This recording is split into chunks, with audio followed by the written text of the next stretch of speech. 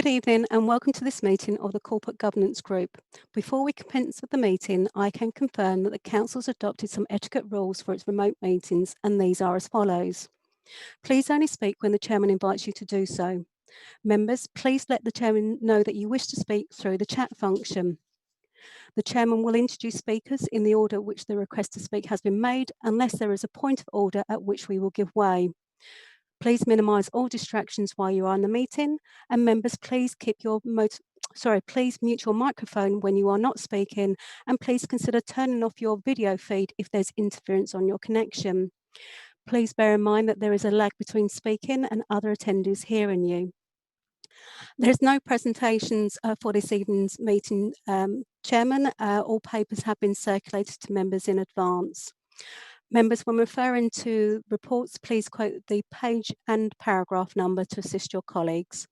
There is no private business for this agenda, but members, please can I remind you, it's your responsibility to make sure that your venue and connection is private.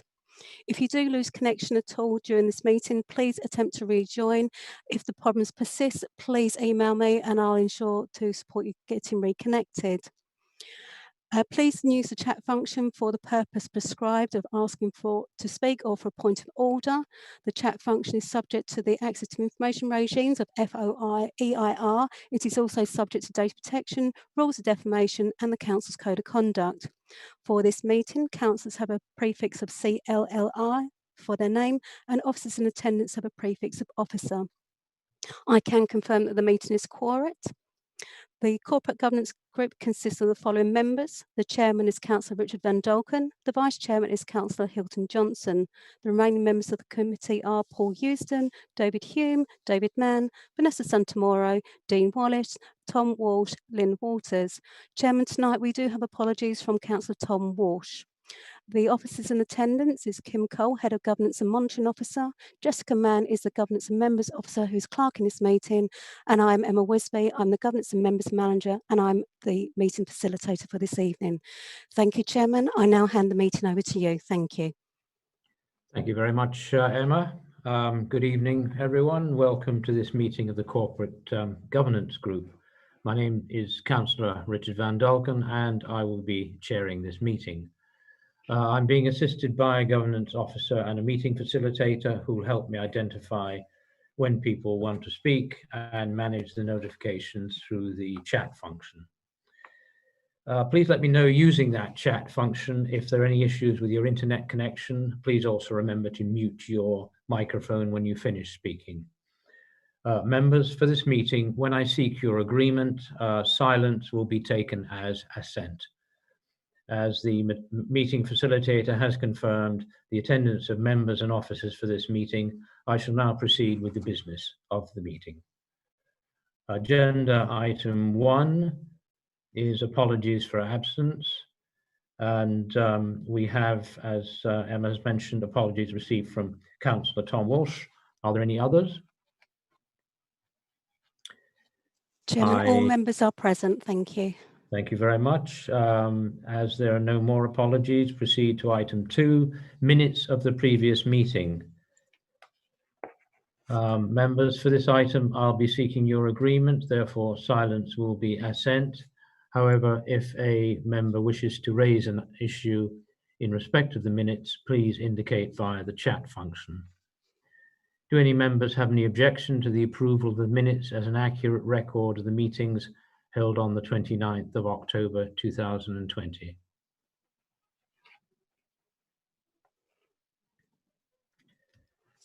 Thank you, members. Your silence is agreement that the minutes are an accurate record.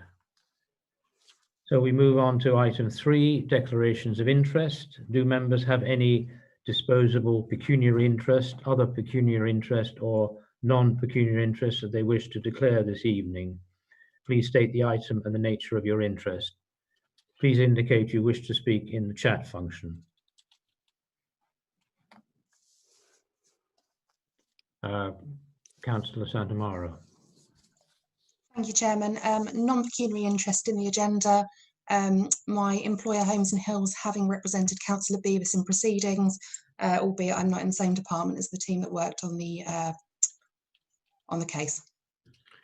Thank you very much. I assume, Kim, that that's not an issue? No. No, Chairman. Councillor Santamora has taken advice prior to the meeting, and that's absolutely fine. Thank you very much. If there are no other declarations, I'll proceed to item 4, public question time. Members, there are no registered speakers for this evening's public question time, so I'll proceed to item 5, report on the conclusion of the standards in investigations. Members, this report is set out on pages 5 to 298 of the agenda. And can I please invite Kim Cole, Head of Governance and Monitoring Officer, to speak on this item? Good evening, members. The Council is required to have in place arrangements for dealing with allegations that councillors have failed to comply with the Code of Conduct and provisions which allow for the investigation to be completed where one is required. The report, therefore, before the committee this evening sets out the outcome of 2 investigations conducted in accordance with the Council's complaints process. In 2018 and 2019, the Council received 2 complaints under its Code of Conduct, which proceeded to an investigation conducted by external investigating officers. For ease, I will deal with each of them in a chronological order.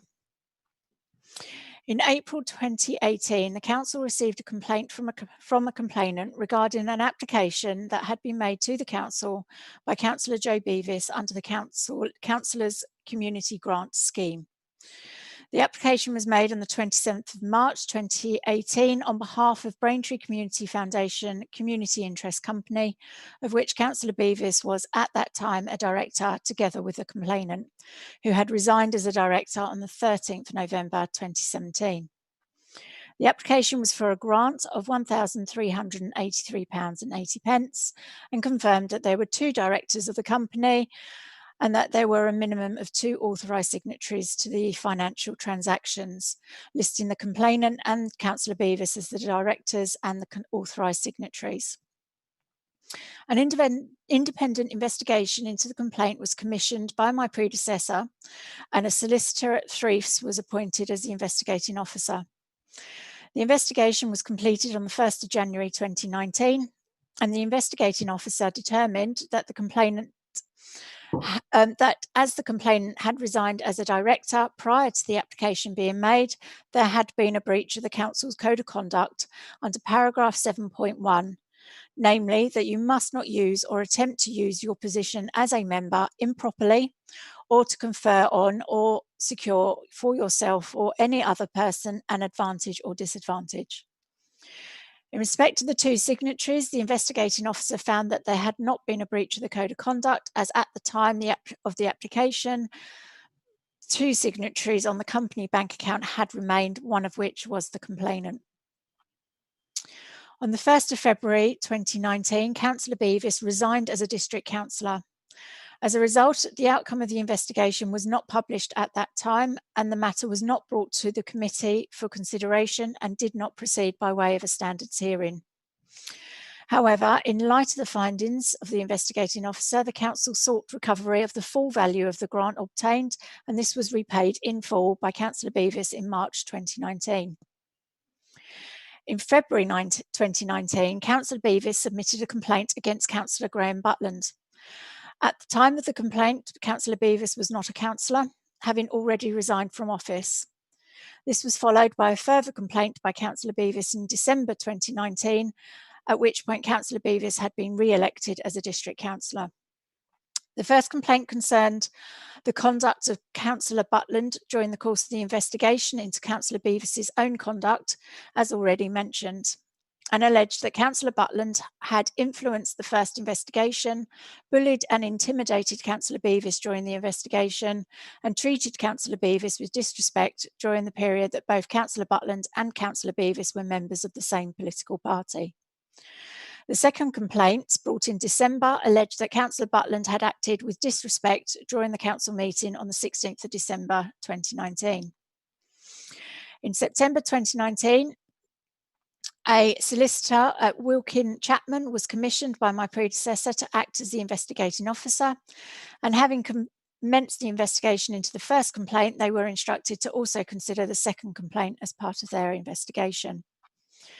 The investigating officer completed their investigation and submitted their final report to the council on the 7th of August 2020. The investigating officer determined that Councillor Graham Butland had not breached the council's code of conduct in respect of any aspects forming part of the first or second complaint brought by Councillor Beavis. The committee is advised that the cost of these two investigations to the council are £2,499 and £15,700 respectively. Having determined that the investigation was required in respect of both complaints, the councillor's monitoring officer is required to consider the outcome of those investigations. Where the investigation determines that there was no breach of the council's code of conduct, the monitoring officer is required to report the findings to the committee for information only, and no further action is required. Where a breach of the council's code of conduct is identified, the monitoring officer may seek to resolve the matter informally or refer the matter to the committee for a standards hearing. Following the outcome of the first investigation, Councillor Beavis resigned from her councillor role. The council's complaint process sets out that where a member is subject to a complaint and ceases to be a member of the authority, the monitoring officer may stop the investigation. In this instance, however, the investigation had already been concluded and therefore there was no requirement for the investigation to stop. Having received the first investigation report, the matter was suspended upon the resignation of Councillor Beavis. However, following the receipt of the complaint against Councillor Butland, and in light of the fact that the two investigations are linked in terms of relevant events and circumstances arising out of them, it was necessary to keep the two investigations together. The first investigation and its investigation report was considered by the investigating officer as part of the second investigation. The sanctions available to the committee had the first investigation been brought to the attention of the committee at the conclusion of the investigation fell away as a result of the resignation by Councillor Beavis. And having repaid the grant to the council, any report at that time would have been for information only. As the investigations are linked, it is now appropriate that these are formally brought forward and considered by the committee for transparency and completeness. The committee are asked to note the outcome of both the first and second investigation and to note that there is no further action required to be taken by the council in respect of either complaint, and that these now conclude these investigations and now formally closes both complaints. Chairman, that concludes my presentation, but I'm happy to take questions. Thank you very much, Kim. Do any members wish to speak on this item, bearing in mind the request that we keep it to the parameters which we're supposed to? Do I have anyone wish to speak? Councillor Eusden.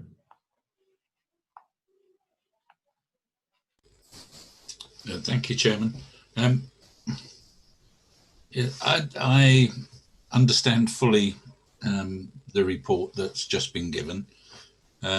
My only concern is that in the interests of fairness and transparency, that the conclusion of this report is duly noted, because I don't want to suddenly see allegations that the council have acted improperly appearing on social media or in the press by not being transparent about it. And I know that's unlikely, but it has happened recently where a particular individual is concerned. And I think, excuse me, I can't turn it off, sorry. It just, it worries me. Councillor Eusden, do you want to mute your microphone just while it rings and then we can come back to you?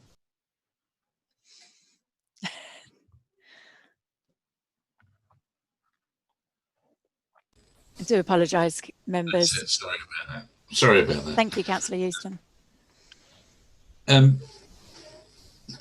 So I don't want to go through any of the stuff again. I don't have any particular desire for it to be prolonged or anything like that. I just think that in addition to noting the outcome, we need to make sure that we are whiter than white and that there is absolutely no chance that allegations can be made on social media or in the press that we've suppressed anything or acted in a particular way because of who the individuals are.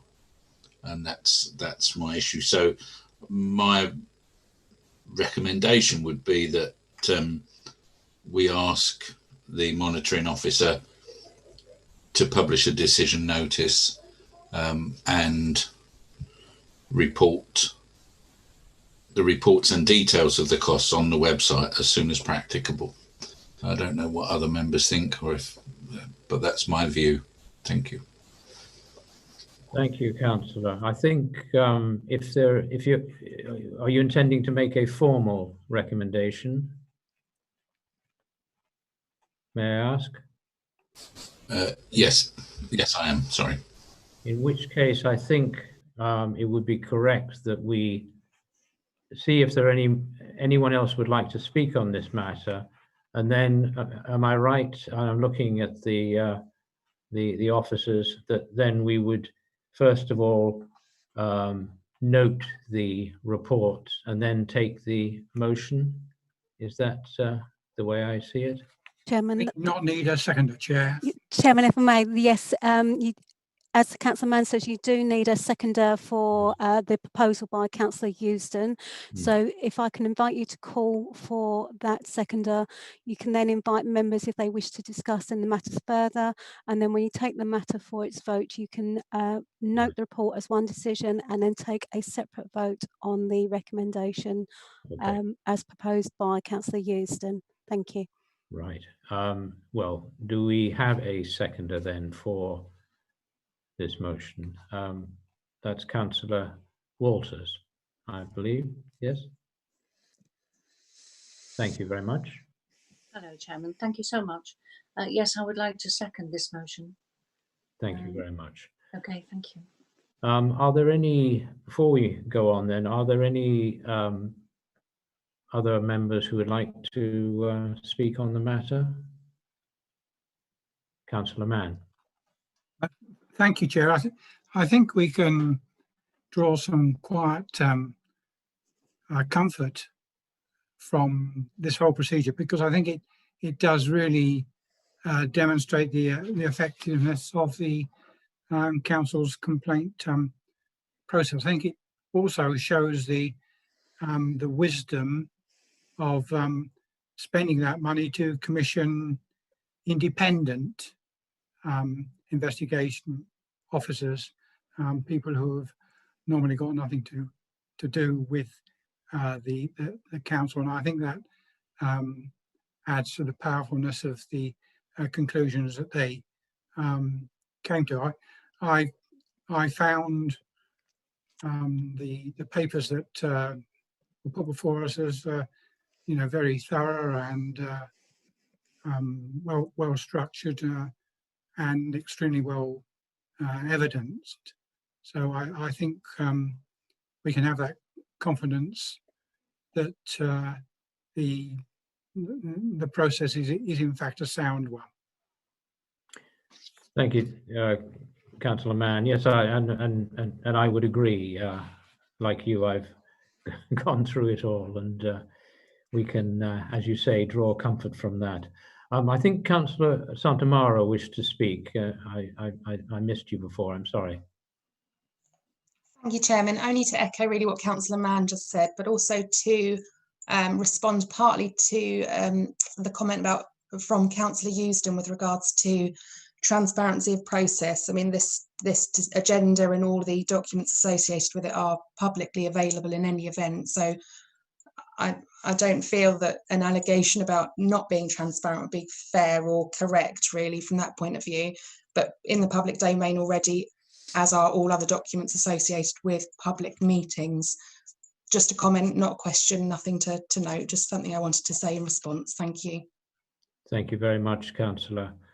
I was going to say that I was going to add, if you like, something to the fact that a quite considerable amount of money, £18,000, has been spent with solicitors, which is great for local business. But in addition, there's obviously a very considerable hidden cost of the time taken up by officers. And I think that is important to bear in mind. And from my point of view, it's one of the reasons that the public, and this is public money, spent with the solicitors or with the investigators and on salaries for staff, that this should be made as public as we've discussed. Anyway, are there any further points that members would like to make? No. So I think then, and please guide me, officers, we will like to note the report and then vote on the recommendation. And do we need a formal recommendation that should be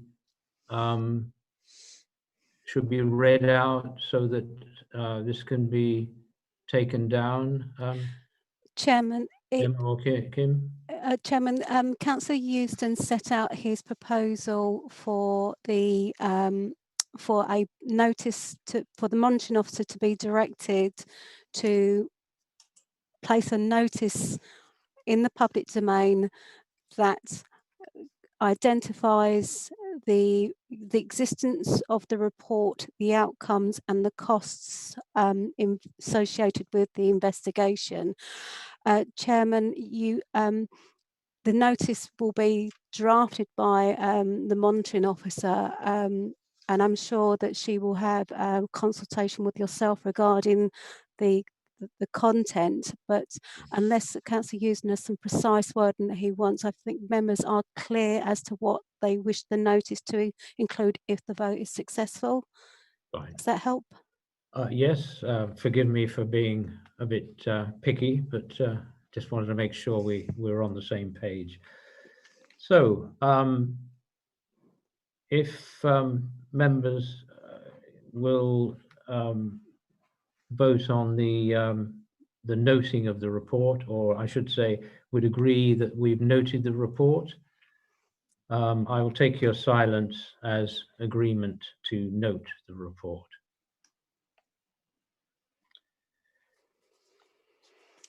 Right, thank you, members. The report is noted. We'll now deal with the recommendation moved and seconded by Councillors Euston and Walters, respectively.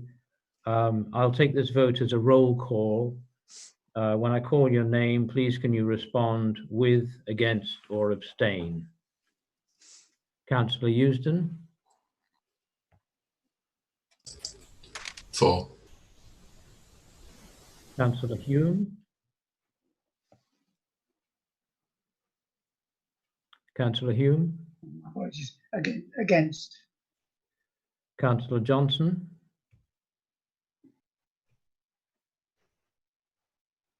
You're muted. Sorry, abstain. Councillor Mann? Against. Councillor Santamaro? Abstain. Councillor Wallace? Against. Councillor Walters? I'm for. And I will vote for.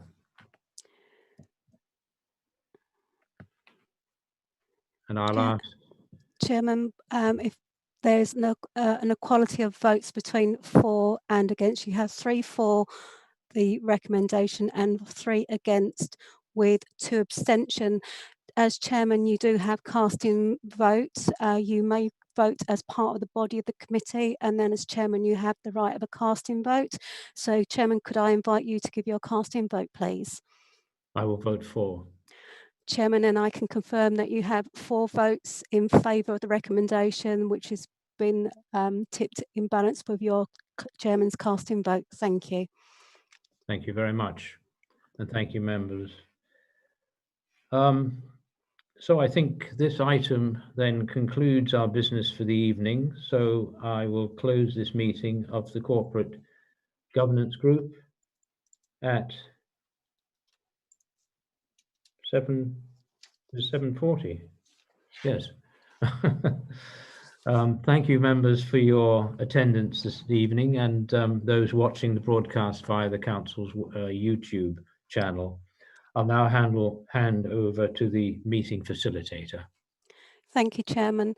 Chairman, before we ask the webcasting officer to terminate the broadcast, please can I remind members that the Council will be retaining performance data to your link to this meeting.